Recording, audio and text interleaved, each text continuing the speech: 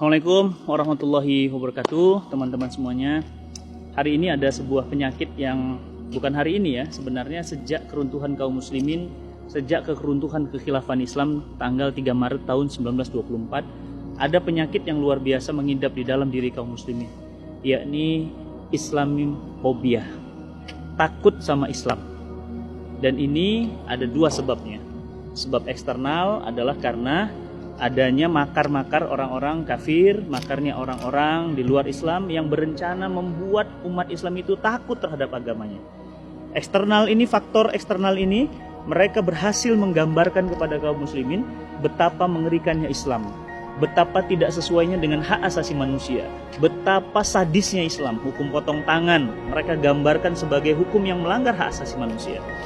Hukum zina, kemudian dirajam, dijilid, digambarkan bagaikan hukuman yang sangat-sangat mengerikan. Ya, wanita yang menutup aurat digambarkan sebagai pengekangan terhadap hak-hak wanita. Seorang istri yang taat kepada suaminya digambarkan sebagai sesuatu yang menindas hak-hak wanita. Waris 2 laki-laki dan 1 perempuan dianggap adalah bagian dari pelanggaran hak asasi manusia untuk perempuan. Eksternal faktor ini menggambarkan kepada kita, terus menggambarkan melalui media, melalui pendidikan, melalui kurikulum, digambarkan ke dalam benak kita bahwa Islam itu mengerikan, sadis. Bahkan digambarkan Islam itu suka perang. Ditunjukkan ya sejarah-sejarah kaum muslimin yang kemudian diiringi dengan air mata dan darah. Peperangan-peperangan, umat Islam selalu membantai dimanapun berada. Dibuatlah gambaran seakan-akan jihad itu sebagai sesuatu yang sangat menyeramkan. Faktor eksternal berhasil membenamkan pemikiran dalam benak kita, Islam menakutkan, mengerikan. Ditambah lagi dari faktor internal. Sudahlah faktor eksternalnya datang, faktor internalnya umat Islam tidak mengerti Islam. Coba antum bayangin, antum ditakut-takutin sama kuntilanak.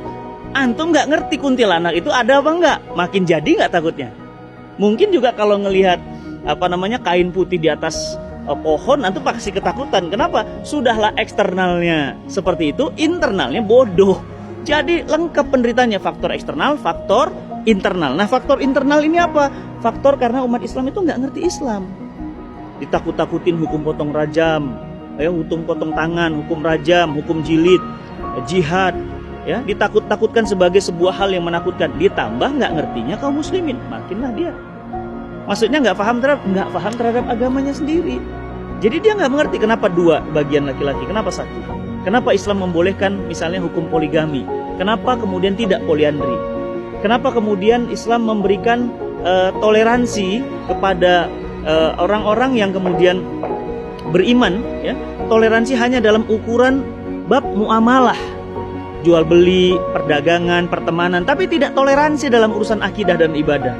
Jadi sudahlah, makanya umat Islam ini secara ilmunya memang terhambat, bodoh. Ya, kebodohan kaum muslimin yang kita sebut dengan jahiliyah modern ditambah faktor eksternal. Efeknya apa? Efeknya umat Islam hari ini takut dengan agamanya.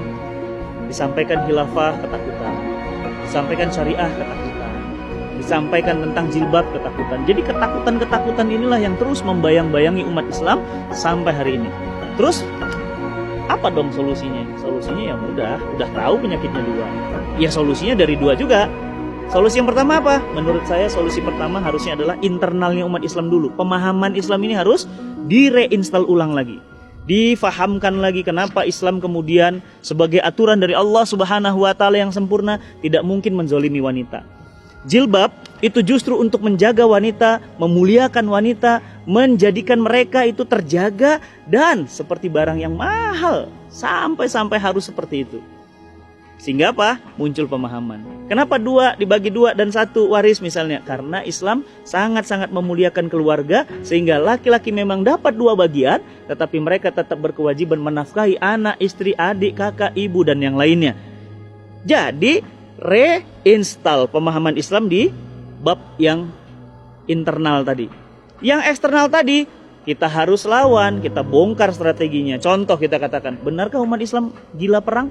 Pertanyaan saya, yang membunuh orang sampai puluhan ratusan juta dengan bom Hiroshima Nagasaki Islam bukan? Yang membunuhi orang sampai puluhan juta di Irak dengan peperangan Irak yang itu berpuluh-puluh tahun, pertanyaan saya, sampai seperti itu Irak hancur, itu orang Islam bukan? Yang kemudian menghancurkan negeri-negeri kaum muslimin di Palestina, di Syam, bahkan sampai hari ini umat Islam mau sholat aja nggak bisa, pertanyaan saya, itu pelakunya orang Islam bukan? Jadi nggak adil dong bro ya, mas ya, mbak ya, nggak adil dong ngambil satu capture kemudian mengeneralisir. Ya jadi yang jelas bahwa apa? Bahwa potret problem eksternal ini harus dilawan, dibongkar, dijelaskan kepada mereka bahwa apa? Eksternal itu adalah bukti bahwa jahatnya mereka terhadap kaum muslimin. Apa kata Allah? Yuridu ya ayyufi'u nurullahi bi afwahihim. Mereka hendak memadamkan cahaya agama Allah dengan mulut-mulut mereka, dengan media-media mereka, dengan mimbar-mimbar mereka. Akan tetapi Allah akan tetap menyempurnakan cahayanya walaupun orang-orang kafir tidak menyukainya. Maka jamaah yang dirahmati Allah, dari sini kita jadi faham bahwa eksternal faktor ini bisa kita halangi, bisa kita hindari, bisa kita jauhi, bisa kita atasi kalau internal faktornya kuat.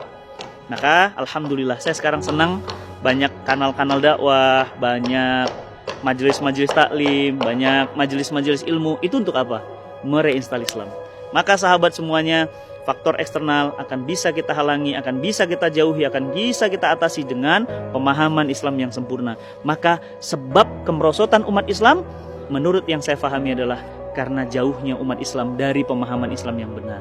Maka yuk sama-sama kita perbaiki pemahaman kita dalami lagi akidah kita dalami lagi syariah kita dalami lagi bab dakwah kita, sehingga muncul kebanggaan bahwa Islam adalah agama yang mulia, agama yang harusnya dipeluk oleh seluruh bangsa dan seluruh manusia, sehingga kemudian Allah Subhanahu wa taala pantas mengatakan, "Walladzi arsala rasulahu bil huda wa dinil haqq liyudhhiru 'ala dini kullih wa kafa billahi syahida." Ya, maka wajarlah kalau Islam selalu dimenangkan, karena Allah Subhanahu wa taala nggak mungkin mengutus agama sempurna, separipurna kecuali Islam. Ayo teman-teman semuanya, rajin belajar Islam, mengkaji Islam lebih dalam sehingga kita bisa mengatasi eksternal faktor dan kita akan kembali mulia bersama Islam. Assalamualaikum warahmatullahi wabarakatuh.